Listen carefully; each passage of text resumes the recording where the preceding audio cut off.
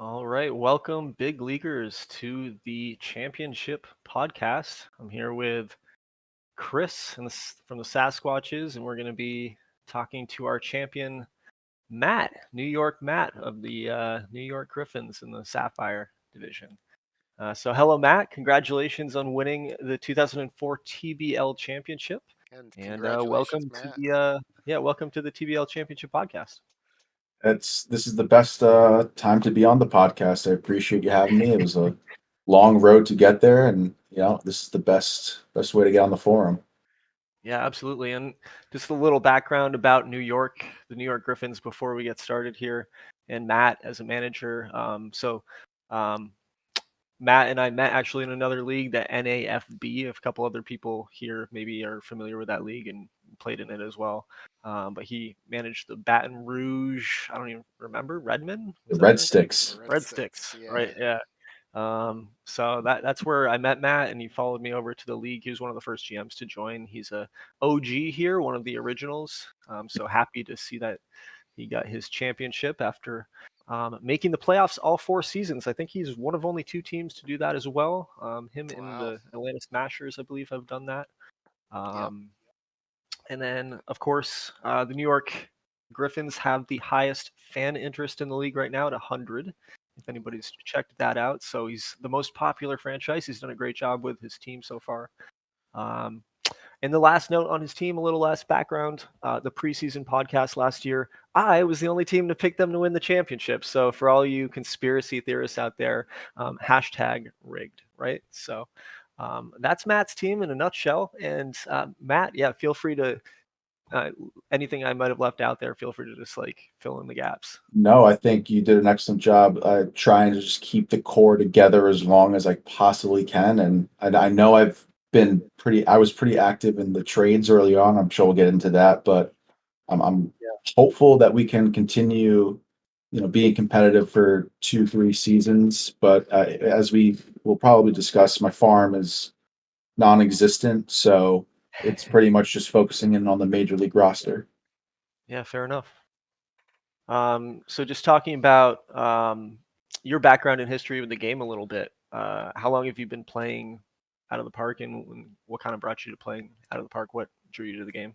I initially started playing out of the park in 2020, honestly, during COVID when the initial shutdown happened. I was trying to find some new game to play.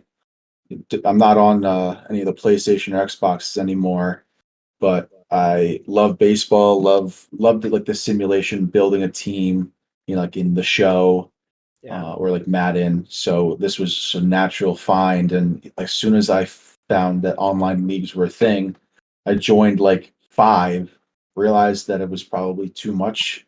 And so this is actually the only Yeah. league I'm in now. And like, yeah, we came from the NABL. That one was a little too slow for my Yeah, that was liking. And some nice people, but not the best league. mhm, mhm. But no, I love this game. I think it's so much fun. This and the online aspect like takes it to a whole nother level.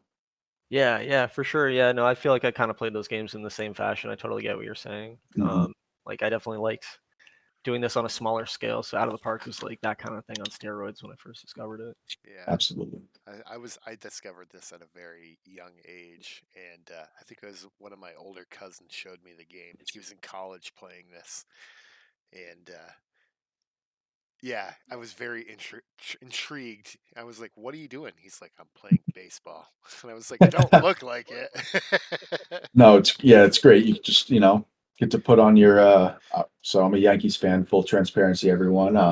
Get to put on my Brian Cashman hat. I Thankfully I've been able to wear it a little bit better than he has. But no, it's just fun to sit in that captain's chair and like kind of make these decisions. Yeah. So I mean, I was gonna ask you, who your favorite team and favorite player are growing up. Yankees. I'm gonna guess I know who your favorite player is. I feel like you're probably of that time, but Mhm. maybe I'm wrong. Is it the captain? It absolutely is the captain. Yeah. Wore number 2 in Little League from him, and yeah, so I'm probably on the younger end of the age for our league. I'm 26, and so yeah, Derek Jeter was like my entire childhood. And quick funny story: my dad always got tickets through his job, and we would always get to go to one game a year. And the year he retired, he gets tickets for a game. Just says, "Hey, we're randomly going in September." Turns out 2 weeks later, Jeter announces his retirement, and we end up having the tickets to his last home game. So I Damn. was in the stands for when that Orioles reliever, I will admit, grooved that fastball down the middle for him to have that awesome moment. Yeah, that was a great Wow. moment. That was like, even as a Red Sox fan myself, Yeah. I actually really enjoyed that because just as a baseball fan in general, Yeah. you could. It's one of the most poetic games, and so to have that moment was awesome. Yeah. For sure. As a Red Sox fan myself, I do like Derek Jeter. I hate to admit it, but you got to respect where respect is due. One of my core memories is so I'll do the flip side, or I'll do the two sides of the coin. One of my earliest memories of watching sports with my dad was 2003 when Aaron Boone hit the home run to Oh, send us to the World Series. oh, But then the maddest I've ever seen my oh, dad was Johnny Damon in Game 7 oh, the following yes, year. yeah. And like all I knew about baseball was that the Yankees beat the Red Sox. So the fact Yeah. that I saw the most historic loss in playoff baseball history, I was like, oh God, I'm going to be a loser. And the Yankees thankfully got one in '09, but haven't done a whole lot since, in my opinion.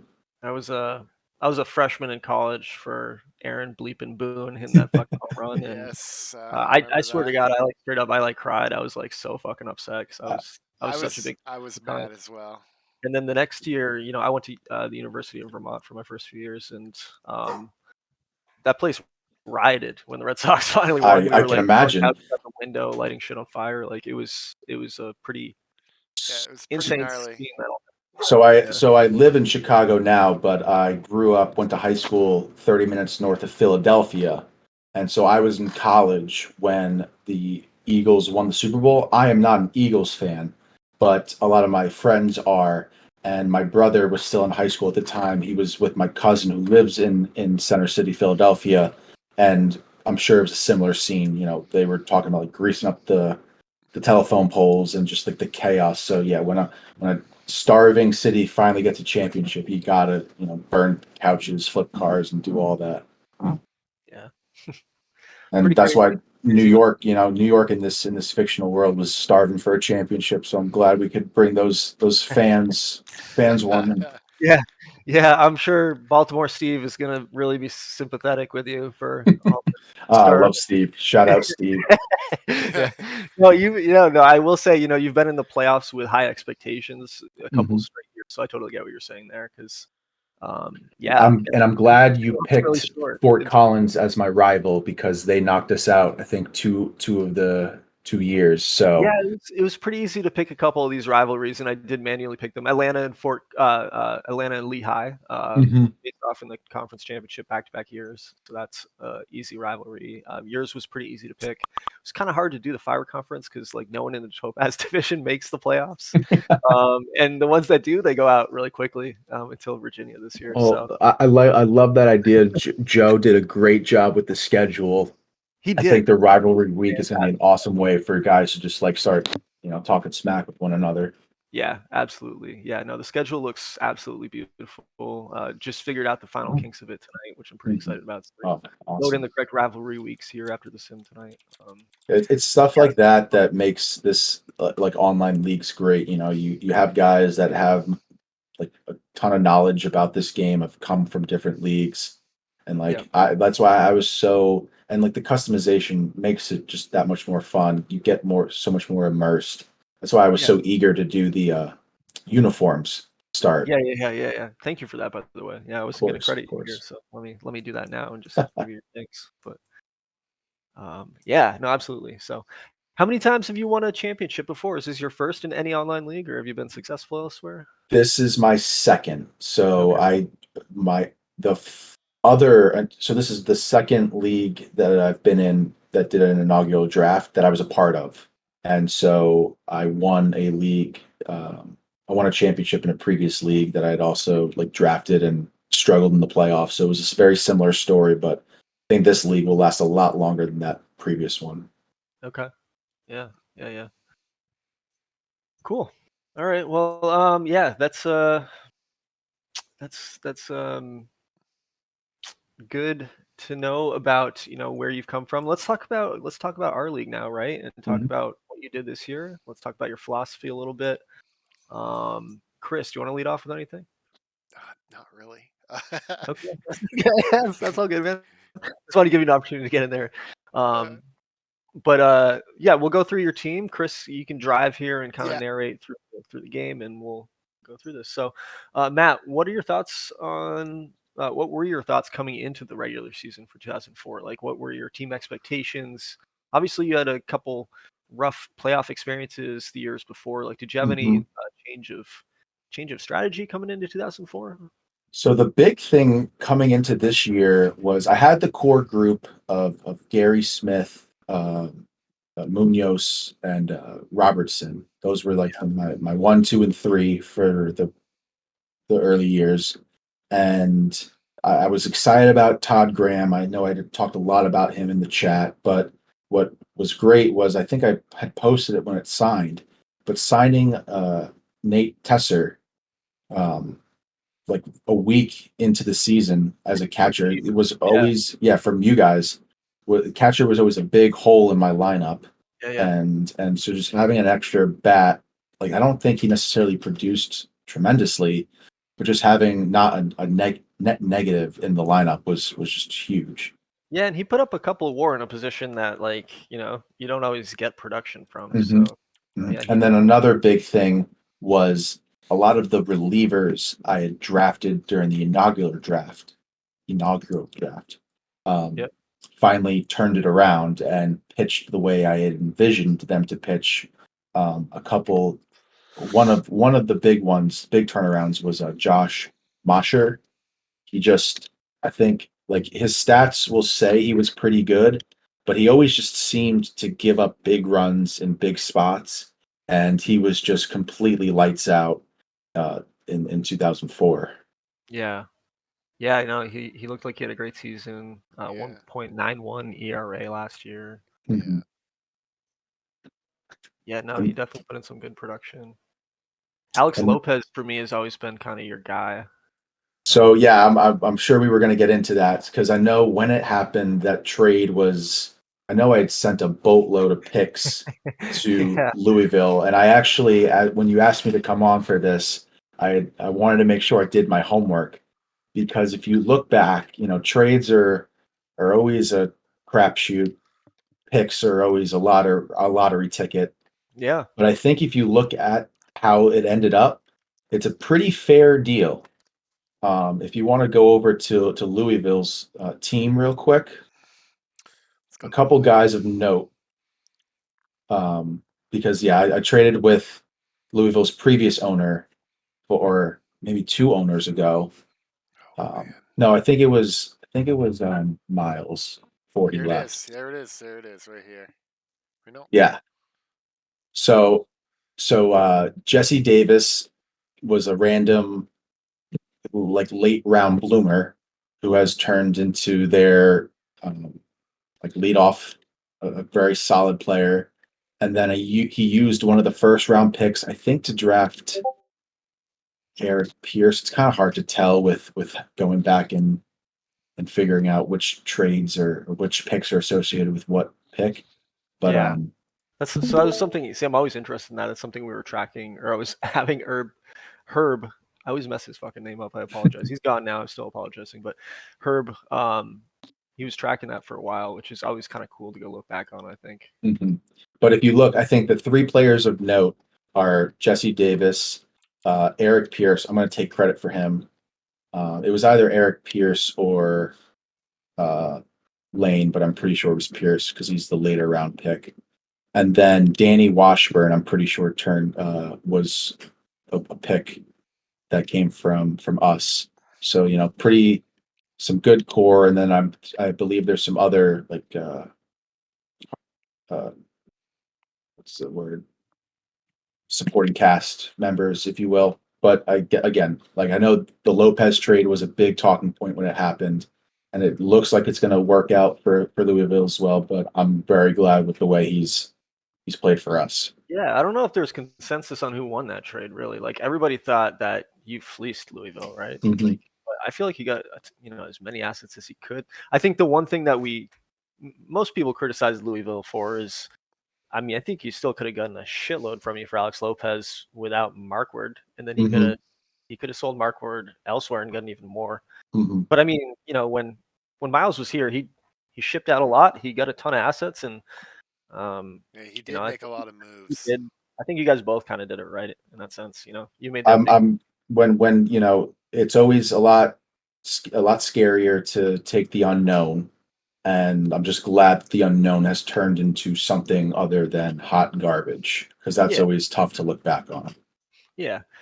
And I mean, even Alex Lopez, he's been fantastic, but this kind of goes to show that ratings don't matter, right? Because he's Mhm. not even like an 80 or 75 or something. He's just a 55, 60, 65, and a lot of the best pitchers in the leagues are kind of just in that range. Yeah, Mhm. But yeah. The ratings Crazy. really don't matter. It's great. It's like how they perform. And the bars, right? Yeah, the bars, all the bars. Yeah. yeah, that was kind of the story with I posted during the postseason, but Sergio, I'm gonna Regini, I think, my second baseman. He's like 50s, 45s across the board, but in the playoffs, he was batting, I don't know, 300, and just being an absolute monster, clutch hitter after clutch hit, and so yeah, it's very nice to see those guys that you are relying on to just put up average stats and go way above that. Yeah. Always does Sure. surprise me when you see a guy like this, and he's just like you feel like he has Hmm. no reason being there, and he's just like, yeah, I'm just gonna hit Absolutely not. 250, and then Hmm. like, what the hell? Like, I remember calling you crazy at the beginning of the season because I think you were doing a salary. What were you opening up so much salary for at the beginning of the season? Did you sign someone before the season? Because I feel like I you so threw you I traded am the first away on a salary dump, and I was just like, that's insane. I am very aggressive. I was very I've been very keen on protecting the core and trying to extend that as long as possible. I think Fair, yeah, um again, my farm is little to nothing, if we even want to call it a farm. yeah, It's more of like a half a fence, if anything.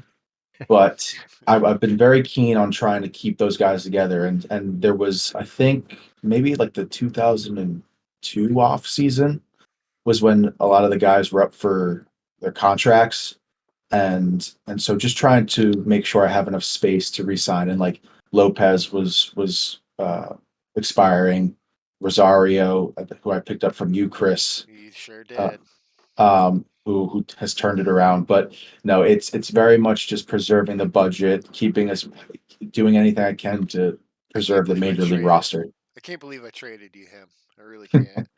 It was he was a guy I think I had knocked on your door about for like 2 seasons maybe, and so you finally decided to pull the trigger. I think And I think he's my second pick I drafted in the inaugural draft, and no, he was the exact. So we can take a step back. I prioritized hitting very heavily in the inaugural draft, and yeah, my first pitcher that I picked was a guy who suffered 2 UCL tears in 3 seasons. So pitching has always been on the top of my mind in the trade market. yeah, yeah. And you've really built your team. I mean, through that pitching in the trade market. You're right. Like Mhm. free agent signing Ryan Kronk uh, Yeah, he was huge. for the Mi- season had a really nice. I mean, he wasn't like amazing, but he for like what, a 4 or 5 starter, right, for you? He was my 3. Oh, you're 3? Okay, yeah, but Yeah. still, just definitely putting some quality time in. Mhm. No, again, pitching was a weak spot for me for the first few seasons. So with having the improved performance from Gronk, Rosario, and then as well as the bullpen, like with the offense, it kind of, I was always towards the top throughout the entire season. Right. Yeah, and you had your best season again. You've made the playoffs 4 straight seasons, but you had your best season. Yeah, you won 101, which was I think the best in the league, right? I don't think anybody beat you. Maybe out west. I Someone had. think I I think think San Diego. San Diego Yeah. had the league last year. But you won the ice conference. Mhm. Had home field advantage throughout, right? So, Mhm. any critical moments or anything? Like, do you feel like there was any point in the season where you just started to like pull away from people? Did you have like a big winning streak? Like, or were you just kind of like consistent throughout the season? There were a few hot streaks. It was definitely like relative smooth sailing. Not to toot my own horn too loudly, but I think we've always been, it's interesting the way this game works. My team has always been a second half team. And so I think we had a good like couple 10 or a few times where we had 10 wins in a row. So it was nice to see that, and it was on the top of my mind to keep guys pitching wise fresh towards the end of the year because I had noticed like some of their performances had died down later in the year, late. Yep.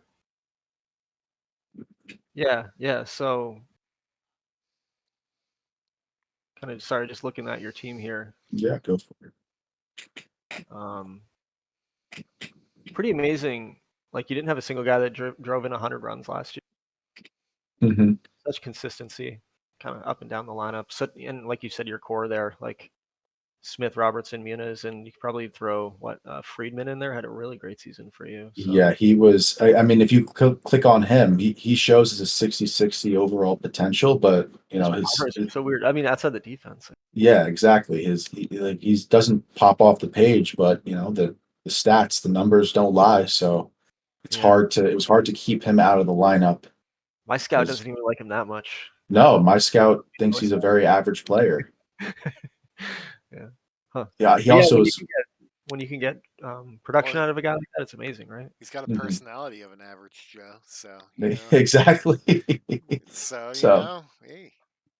And then my golden child, if you will, Todd Graham, who was my first pick, like my only first round pick in a rookie draft. Like he's been he had a down year in 04. But like he was a guy that I was very excited about drafting and moving through the minors quickly because I needed a shortstop that was going to hit the ball well. And while his defensive numbers aren't exactly what I was hoping for, he again is just another guy who is just able to get clutch hits when it's called upon. I think he had a couple key home runs in the postseason. How was his for fielding? I think I don't know. He looks pretty serviceable though. Not serviceable, but he doesn't have a good zone rating, but that offense, it's fine though. Yeah. Exactly. It's enough to get away with for a shortstop. A shortstop that's hitting 270, you'll take it. Yeah. So Matt, how would you say you prepare your team for the playoffs? I think you wrapped things up pretty quickly this year. Do you have any strategy as you approach the playoffs? Like especially if you have a big lead like that where you guys in the stretch, do you change anything once you hit playoff rotations? So in the playoffs, I think because we had the luxury of the first round bye, I kind of really relied on the lefty righty splits. There were a couple of key, from a pitching perspective, there were a couple key things that I noticed in some of my opponents, specifically just how left-handed pitchers were actually pitching against lefties. Like sometimes, like the disparity of lefty righty, you can see it in the stats. Sometimes it's a well-rounded hitter, but some guys were very, very heavily suited towards those sort of matchups. So I was really trying to, and I've been toying around with the bullpen for as long as this league's been honestly, as long as I've been playing out of the park. I've never been able to figure out how to formulate a bullpen the way I want it. But regardless, just like if you figure it out, just let me know. I will let everyone know because boy, oh boy, there are some times when I'm watching the stream and I'm like, all right, it's time to pull them. But a couple guys of note for that strategy, if you will, Adam Carter who I think was actually drafted initially pretty early by New Orleans, but then he was just randomly a free agent. I think very much underperformed for New Orleans, and he was just lights out when I needed him against heavy left-handed lineups, Hmm. and then as well as Victor Padilla was very much my go-to righty because I mean Lopez, Rosario were going to be game ones and twos. No second thought about that. But trying to figure out 3, 4, and the gaps in between, that was kind of tricky. And I also, as I kind of mentioned, with the improvement of the bullpen, was much more willing to do. I've been a big proponent of using followers, trying to get those key, first 3 outs in a game, and then letting the starter take over. So I use followers quite a bit in those big games. It's interesting. I've never gotten huge into the follower strategy. I feel like I throw followers in if I don't have a deep enough rotation, or if I Mhm. That's exactly need to what I do. if I need to like switch things up with someone who I think should be performing well, but is like not performing well, I try to switch it up by throwing them in the follower role for a bit. That was the exact reasoning. I wasn't truly confident because Kronk got injured right before the postseason started. So I was really nervous about who were my game 3 and 4 starters going to be. And so I wanted to rely on the bullpen to get us off to a good start. And a couple of lineups were heavy in one side, so it was easy to pick up an opener and then let the starter just take it from there. Yeah, yeah. And speaking of your bullpen, Mike Harold, you traded Mhm. with me for. Uh, you made a really aggressive offer, and I took it pretty instantly. But that's kind of been your MO, like you said. You're pretty aggressive in the trade market, and when you win a championship, it's the right move. I'm hopeful to hold on to draft picks now that I've won a championship. I probably will be a little bit more cautious, but yeah, I mean, Yeah, I'm willing to I mean over you were so overdo. close. You were so close so many years. So I can get making that hard push. I mean, you threw me, I think, what, a second, fourth, or second, fifth, eighth, something like that. Yeah, no, For and he was a closer, he's a strong nice piece, lefty, but a strong left-hander who could yep, pitch to both sides of the plate. It was kind of, and it gave me the flexibility to move Mark Wood around and from being a stopper to a closer to a middle relief guy, or like even I think he opened a game and just yeah. you can never have too many solid relievers. No, I totally agree. Especially like when you're in the hunt, right? You make the move like that, and Mhm. you go and get Yeah. those additional like arms. And like on my end, he's 34 years old, and my team sucks ass, so I try to get assets. So I think we Yeah, both kind of made the right move there. yeah, firm And handshake. I think also, yeah, and I think also the fact that he's a fan fave, I really, I love that kind of shit. That's why Mhm. you Yeah. probably have 100 fan interest because your fans love it when you go out and do shit like that, make a big move for a guy like that. So Yeah, I'm definitely so the way I drafted in the inaugural draft has definitely helped the budget and yeah, winning obviously helps that as well. But yeah, like we've been able to keep the core. As I said, that was so important for me because I wanted to make sure that I could build some sort of pseudo history with these guys, and having a championship allows me to move these guys maybe with a little bit easier. yeah. And I mean, it's like, yeah, once you've got that championship in your pocket, it's pretty much you're playing with house money. Yeah. So Exactly. yeah. Well, although the bar has been set that you have to win 2 championships in a row in this Fair, league, fair. or you're Yeah. nothing. I am pretty nervous. Yeah, I mean, if we want to quickly talk, I think you called it out when it happened when Lehigh didn't make the playoffs.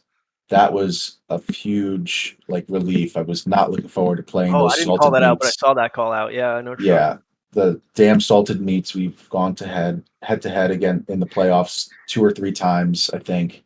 about. And they had made a move. I think they traded for Gratz or someone. Um, Yeah, Jason Gartz. yeah, Gartz, sorry. Um, And Oh, they traded yes, for Phil Crawhorn too. that's who it was. That's who it was. Yeah. So I was not excited about facing him, and then I felt so terrible that he didn't make the playoffs because I was trying to ship Crawhorn everywhere, and I thought honestly Crawhorn was like a good make a push winner piece, and his team just collapsed right after that trade. Phil Crawhorn was like, "No, I don't want to go there." Crawhorn's the guy. I hope you know what I mean. I hope Kyle, if you're listening to this, that Phil Crawhorn did not sow any animosity in your clubhouse. But and shout out to the Cannons though, because like beating Atlanta was also. I was not excited about the prospect of having to face them in the first round because I thought it was going to be another first round exit for us. yeah. So shout out to Dick, love Dick, and the Cannons really helped us out. I think. I mean, they gave us the toughest test, won the most games in a series against us. Yeah, I mean, you got hot in the playoffs, right? Like your team, I think, won the last 10, and we didn't do the math on that for sure, but we know you won the last 8 because you swept the last series, and you obviously won Game 4 so you won at least 9. So we're gonna say 10, maybe it was 11. We're just definitely did not expect that. pretty It's crazy. always appreciated. I think there were a lot of few close games against New Orleans. Yeah, but you swept New Orleans, and New Orleans put Atlanta in the rearview mirror all season long. I do think it was a lucky dodge to beat Atlanta, but I think you had a pretty good chance this year of putting Atlanta in this place too. And I think it's going to be you two back there again next year, because you've mentioned keeping the core together. I think Atlanta's got that core, and that's what we kind of saw in the last championship podcast. New Orleans is expanding that core. I don't know if we want to do too much forward looking on this conversation, but I'm not really liking what I'm seeing out of the Big Easy. Yep, the arms race continues. Oh my goodness! In it, so. New Orleans is looking like a very scary team here. I know. Anytime you bring in two big time free agents, it's got. I mean, he drafted very well for the long term coming out of the inaugural draft, and even these first few like rookie drafts. So yeah, it'll be a battle with me and Noah, hopefully. Yeah. So how much do you think in terms, and I don't remember your playoff history from 2001 and 2003 in terms of home field advantage, but how much do you think home field played a role? Home field, I think, definitely played a part. I'm my park is very interesting because I don't know how many guys when we were getting this league started asked about randomizing their factors, but I noticed I knew I wanted to have I knew I didn't like whatever the game gave me, Yeah. and my park is a hitter's park for sure, and like New York, like the Yankees, I should say, I'm pretty sure we have a very favorable short portion left or right. Excuse me. Just park factors. I'm curious what they look like. Yeah, let's go to park factors. Info park factors. There we go. Yeah, It's like pretty favorable towards the lefties. So yeah, interesting. Yeah, it's and I don't know off the top of my head, but I'm pretty sure it was like we had won 15 or 20 more games at home compared to on the road. Yep. So yeah, I definitely think actually no, what it was too, now that you mention it, Adam Carter, who I mentioned earlier, was pitching much better at home than on the road. So there was one game in particular that I switched the order that I think he's pitched like I think in the series against Tampa, I pushed him back to pitch at home versus on the road. Or no, I'm sorry. I think it was in the World Series or our championship series against Phoenix. I pitched him in game 2 and put Rosario game 3. Yeah, that's something I always look at in terms of splits in the playoffs too. Is those home road kind of splits, especially for pitchers. I don't think I look at it as much for batters. And I feel like I don't have as much depth on the bench. But like I never really thought to look at that honestly until these playoffs. So it's definitely something I'm going to look more into. Yeah. Yeah, I mean, it's tough to do on 14-day sims, right? In regular Mhm, season, mhm. but in the playoffs, I think it makes sense. Yeah, no, you're very much able to leverage all the data in the playoffs, and Yeah. highly recommend to all the GMs listening to this, like look at the splits, look at all the different splits, not just righty lefty, home and away. I don't know how much like a night game versus day game works, My but my problem this I think off season is I had to play a game 163, mm, and just throws off everybody was tired, so I think I had to push everybody back a day. Yeah, you kind of have Yes. to figure out if you want to like throw your best guy in 163 to try to win that game, or throw a clunker and just like be happy to be there. Was it a 163 to get in or It was for seeding? for seeding, For Oh, seeding, okay. but it's still a big deal, right? Because if you get that Hmm. second seed, you have your home field, and if you're not, True, I true. wanted home field, and and honestly, I got to game 5, so yeah, got 3 games at my stadium. So just wish I No, could get a little bit more. we didn't talk much about the Rosario trade. I unfortunately don't think that trade has worked out for you. I don't remember Um, who I got. I got a first round draft pick for it, and I don't remember who mhm. I grabbed I with your don't think pick. I think when I looked back, sad to say he hasn't done a whole lot. I don't remember who I grabbed. I've had a lot of first round draft picks. Yeah, no, that's always a fun like talking about winning a Actually, no, I got it championship. this year. you sent a lot. Yeah, you got a first round draft pick from this year from him. This year, and I think I got. I did get somebody good from you. So Okay, all right. Well take then, your words Well, back. you don't know all right. that yet. You don't know Don't know yet. about it yet, but Oh, is it this But Brian Bray guy? yes, Is that that guy. okay? I All right, think yeah, he he. looks solid. you ended up sending Rob Zarowski, a major leaguer, Curtis Hedrick, AAA, Greg Goldstein, A minus, Rich Lillard, a fourth and a first. So I don't know if Look, any. if I'm looking to buy, I will absolutely, make sure that the compensation probably far exceeds the value of what I'm getting back. I hate being called someone that like Oh, you takes really. advantage and like tries to just You gave rip me a off first someone. round pick, and I felt happy about it. And I think I had Yeah, exactly. 4 in the 2000. Not only did I make the playoffs for the first time last year, I got 4 first round draft picks last year. That's Yeah, always pretty nice. see how that works out. You see how it works out, but I feel pretty good that I made the playoffs. So So I think this upcoming rookie draft is the last draft that I've traded picks from.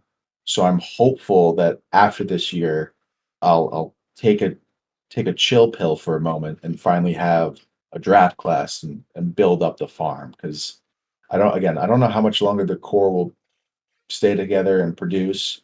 So I definitely have to start thinking about the next gen Well, of the Griffins. that's one thing I noticed when I was looking at your team. And again, rating isn't everything, but if you look at anybody under the age of 26, they don't look that hot. Mm-mm. no, No. So no, your youngsters don't look great, and your guys are going to keep aging, obviously. So Yeah. So it's definitely getting at that moment where I have to start thinking about not going all in on a trade just for the sake of the future. But I'm interested to see how there are a couple of guys in my farm that are let's that meet the farm. Let's meet the team here. okay. I Who's your think if best you want to, player? Holy I moly! yeah, actually, not great. I don't hate Nick LeBrook. I didn't really see anybody else there that was that great. He was one of the guys that I drafted along with Todd in the first rookie draft. He hasn't really done a whole lot in the minors Yeah, offensively, but there are a couple guys I think like outfielders kind of are a dime a dozen in this league. So there are a couple of or did I trade him? I honestly have no idea. yeah, There there's was a one shortstop that oh no, Elias Ortiz, who is in my double A team. He's like a classic pure contact guy who hopefully can field well. That like ideally is playing second base or third base in a few years. But the farm is definitely not the priority. The priority is trying to maintain our winning status. yeah. So speaking of that, where do you think your window is? How many years do you keep that going. So we, I see you're locked up on the books this year. yes, You got the second biggest payroll right now, so you're not adding anything. Looks like no, you got 180 million locked up next year, assuming there's no opt-outs. So there's going to be little wiggle room there, but not a ton. I am hopeful that some of our fellow GMs decide to hold on to their checkbooks and some of these guys that are still remaining in free agency, I can sign for a bargain. Yeah. Because I did that with Nate last year and that worked out extremely well. Yeah. And that's something about this league that's pretty interesting. You have obviously like the premier guys, the guys you fight for in the off season.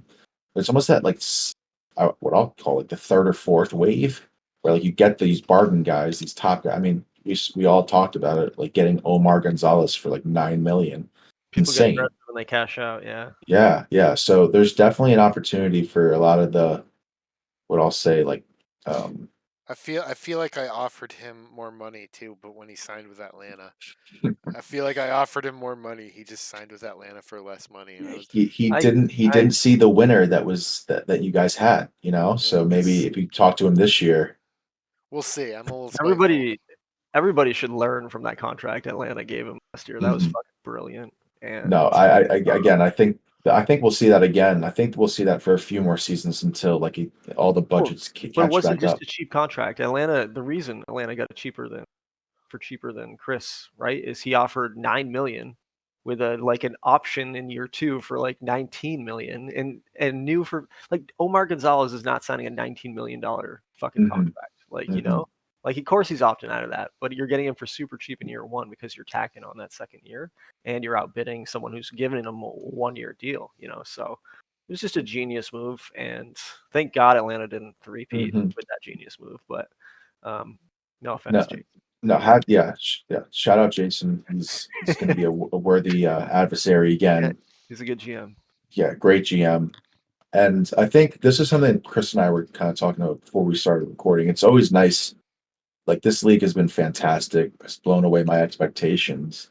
Just like we having the core group of guys that you see in the Slack day in and day out is fantastic. But what I love is when I was reaching out to guys about uniforms, you DM someone and they'll get back to you in at least a day or two. Like everyone is very responsive, and so I'm loving the way this league is heading. It's been awesome.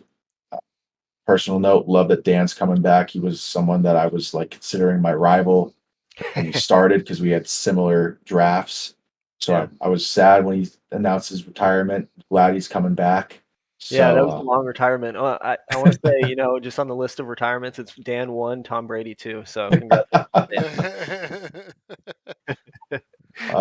but going back to your question about my window, I really realistically see this season and maybe I would say 2027 is probably like the big sell year, probably. Just like guys coming off the books, so like selling whoever's on. I knew in 2020 our last season, not the one that I won, but we had gotten off to a slow start and I was like a painfully slow start. So I was about to blow up the whole ship.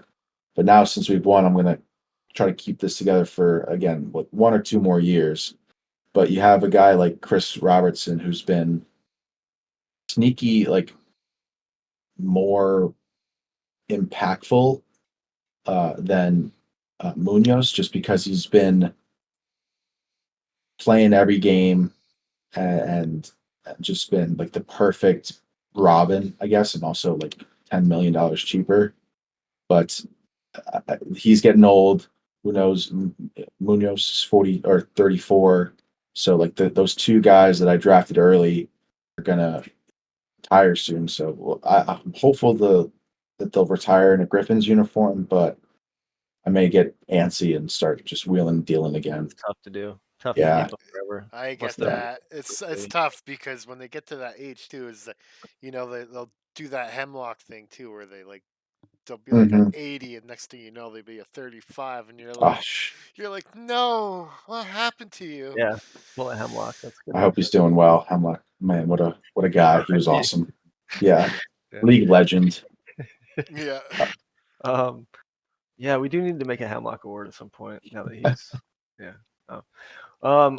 All right. Are there any specific needs you have addressing your team going into 2005, like into this season? I know again you don't have much budget space, but like I feel didn't like do a lot of additions. It was just a lot of preservation. I think if you go to my off-season summary, I don't think we added anyone. Yeah, and Off-season center, off-season summary.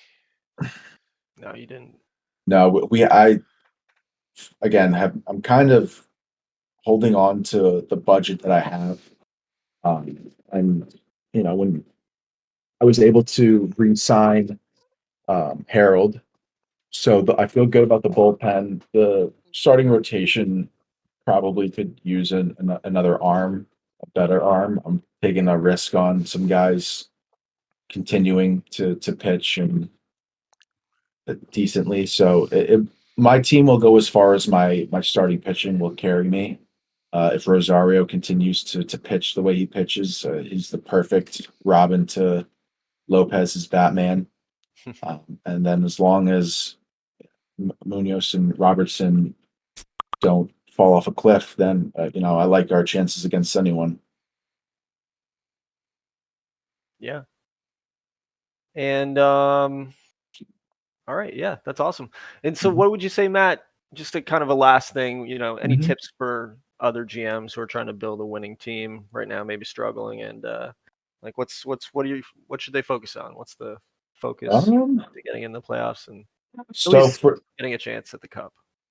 yeah, the playoffs, like I said, like really hone into the splits. That definitely was something that I saw actually like come to fruition in certain situations and certain matchups. Um, I don't know if like playoff settings are a thing, but I'd be curious to see like how the game settings are for that because the sim gods have their mind of their own. Yeah, But for the regular season, um, definitely don't make a rash decision in the first 2 months. I was very close to again like selling everyone in May of or 2 seasons ago. Sure glad I didn't. Um, and don't be afraid to bench a guy who's underperforming and like has good ratings. At the end of the day, it's about the wins and losses. And if a guy's just not producing the way you want, then you got to ship him. But I think the biggest thing is, I think one thing that I actually looked at was interesting was like the fielding. As long as you're not dreadfully bad, you can get away with like less than stellar defense. So I think we were pretty average if you looked at fielding ratings at the end of the regular season, but we made like maybe one or two errors in the postseason. Maybe I got lucky, but like as long as you aren't dreadful in the field, I think you'll be okay. yeah. That's yeah, it's always a tough one for me because like Mhm. you can never find both, right? So No, a guy like has 65s across the board fielding wise, and like we saw with Todd Graham, like is putting up -4 zone. I think you have Um, some really great pitchers that can kind of hide the mhm. other mistakes too. I think if That you have a mediocre pitching staff, then that's not always the fair case. enough, fair enough. I think another thing too is don't forget about ballparks. Yeah. Like it will be interesting to see with this new schedule because I don't think we played. Um, what was it? I don't think we played anyone in the Ruby division last year. Yeah, that's fucked that my schedule was set up that way. I clearly didn't do my homework. Uh, Maybe we can put an asterisk on the season. I certainly yeah. won't, but Yeah. because I was looking and I was like, wait, we didn't play Phoenix at all this year. But Yeah. um, so because of that, like like look at the ballparks of your division opponents because often you'll be playing them the most, so you'll want to just like keep that in the back of your head if you see them in the playoffs. In 20 seasons, we'll all be saying that the first 4 seasons didn't count, and that conversation started here on the Yeah, podcast. yeah. Until the commissioner wins the championship, it's not a real league. That wasn't the real schedule. You had it easy. Yeah. If Uh, only Herb was here and could mark that on the Thank God I didn't win in 2002. I would have just shut the league down right there, right? 'Cause It's always tricky. Yeah, it's always tricky when the commish does well and makes it to the championship. yeah. Now I think you've built up enough equity where Thank goodness Jason beat me. I'm so grateful. I was like, I couldn't believe it when you made that. I was like, so somebody's cheating. let me ask you this though: would you rather see Chris win or your brother win Oh a hell no! Are championship you first? kidding me? I definitely. Who would you rather have him win first though? Oh, at this point now me, because we've had 4 seasons.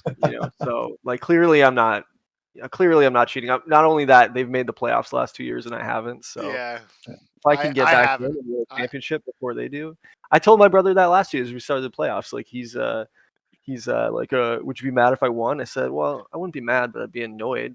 Having I to hope do you this, have.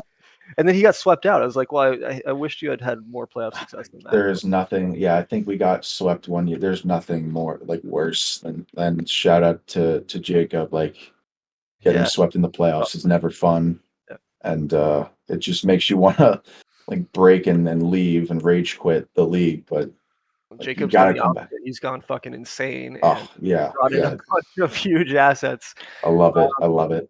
Yeah, so I'll throw that one more question out to you, Matt, before we wrap this Mm-hmm. thing up. Like, who are you looking out for this year? Who are your favorites? I'm not going to give that question to Chris or I because we're going to do the preseason pod at the end of the week. But Yeah. No, I think in my division, it's interesting. I mean, Lehigh is under a huge shift. Shout out against Steve. He wants to sell his entire team, and for obvious reasons. But he has the MVP, so he has a tremendous asset. Callers I'll be have- interested to see how Somerville comes back because they were always fighting for a playoff spot in the early few seasons. But I mean, like, let's be honest, I have to worry about New Orleans, got to worry about Atlanta, and I'm not going to forget about Tampa. And I'm not going to disregard just because I didn't bring up your name doesn't mean I'm not aware of you. Trust me, I'm worried about everyone. You're covering your bases now. Yeah, of course. I don't want to put too clearly big of a clearly we have a big rivalry with Montreal now because you just left off the second place team. No, I know. He's gotta watch my six with all these. But in the Fire Conference, it'll be interesting to see Kingston. I'm excited to see how those new look, how that new roster looks. We'll see. And I'm really interested. I mean, he's been really active in the chat. It's been awesome to see from a team that like kind of has been an afterthought, but like Hurons, I'm like they're making smart moves. He's trying to turn it around and get off the mat, and I'm thinking they're going to get close to 500. Honestly, I'll be I'm not necessarily. I think he's gonna own the rivalry matchup this year. Yeah. It's just I think that's what's gonna happen. Funny. Who's his rival, Paul? Suck a dick. So, no, we'll see. He actually had some funny ass jokes about the rivalry in chat. I don't know if anybody got to read that thread, but yeah. And no, he's been very smart about the moves and trying to take that team and build a winner. It's been fun to see.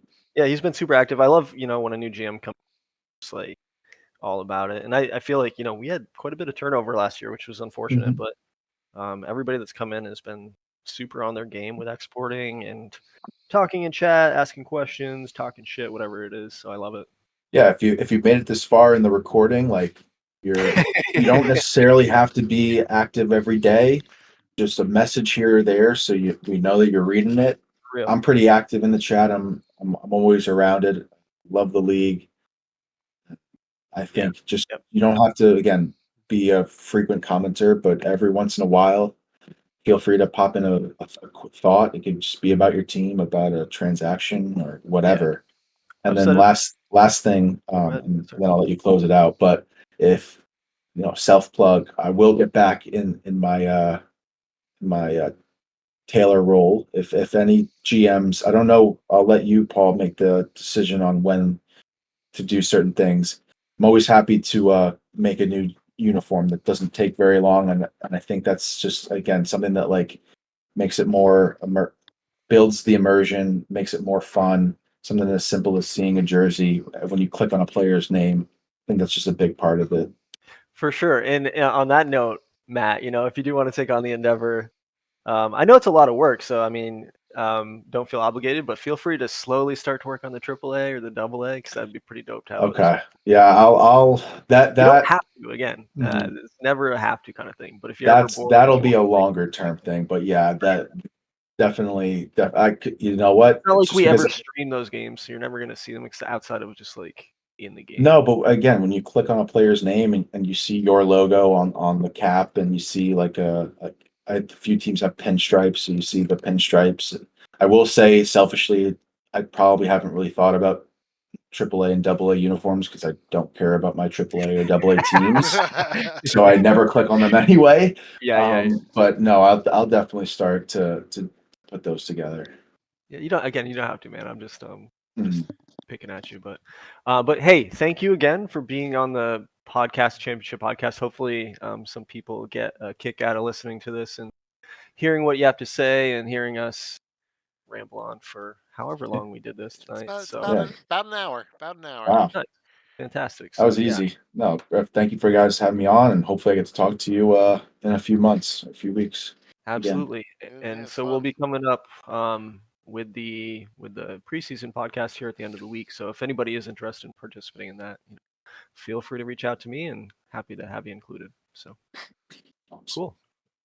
Thank you guys. Yeah. Thank you. Pleasant. Glad to have you.